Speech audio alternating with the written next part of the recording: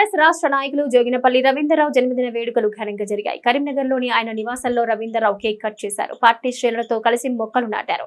ఈ సందర్భంగా రవీంద్రరావు మాట్లాడుతూ పర్యావరణ పరిరక్షణకు ప్రతి ఒక్కరూ సహకరించాలని, భావితరాలకు పచ్చని భవిష్యత్తును అందించాలని కోరారు.